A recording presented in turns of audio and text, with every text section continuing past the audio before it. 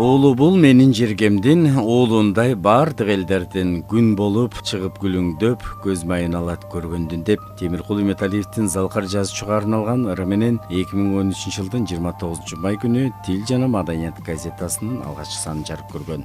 Бул газета улуттук баалуулуктун эң башкы төрөсү болгон Кыргызстандын географиялык баалуулуктарын ар түрдүү деңгээлде Кыргыз керебетинде, Кыргыз жеринде, ара тоосундай, кайталангыс мөңгүсүндөй чагылдырып бере жатат.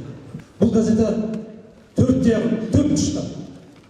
Эң башкысы тилден азалап, анын баалуулуктарын, сырларын, маңызын, касиетин, дөөлөтүн, даанышмандыгын, кереметин ачып берип берет.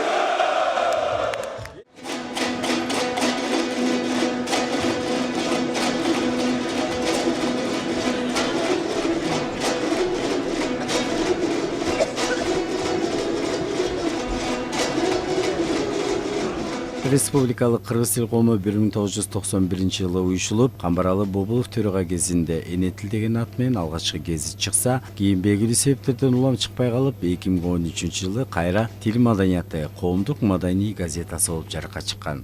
Мәдениет және тил және мәдениет газетинин аркалаган жүгү ауыр, жооптуу деп ойлойм. Себеби галымдар айткандай, улуулар айткандай, өзү сөз жоголгон журттун өзү жоголот дейт. Сондуктан осы тилди сөздү жоголтпай, одан ары өсүп өргөндөгүнө септигин тийгизип жаткан газетке мыңда бир алгыс айтабыз. Сондай ак осы орайда Райымжан мырзанын еңбегин атап өткөн жөн. Осы жана өздөрүңүз айткандай бүкүл тилдин дамуунун баскысында негизин салган азамат деп жатсыздар. Онун үстүнө тил боюнча иш-чаралар тек гана Кыргызстанда гана эмес, Казакстанда да өткүзүп жүр, эне тили деген конкурс өткүзүп жатыр.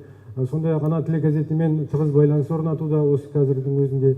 Осы кеше елшіміз Кәрім Насбекұлы Көкірекбаевтың колдоуымен осы тилдин терминология саласы боюнча бирлешип жұмыс істеймиз деген ойдамыз.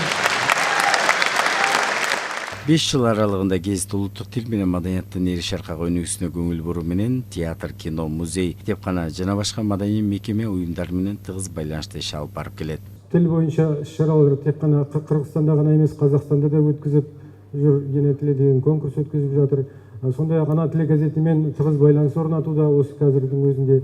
Осы кеше елшіміз Кәрім Насбекұлы Көкірекбаевтың колдоуымен осы тилдин терминология саласы боюнча бирлешип жұмыс істеймиз деген ойдамыз. Галымдар айткандай, улуулар айткандай, өзү сөз жоголгон журттун өзү жоголот дейт. Сондуктан осы тилди, сөздү жоголтпай, одан ары өсүп өргөндөгүнө септигин тийгизип жаткан газетке мыңда бир алгыс айтабыз.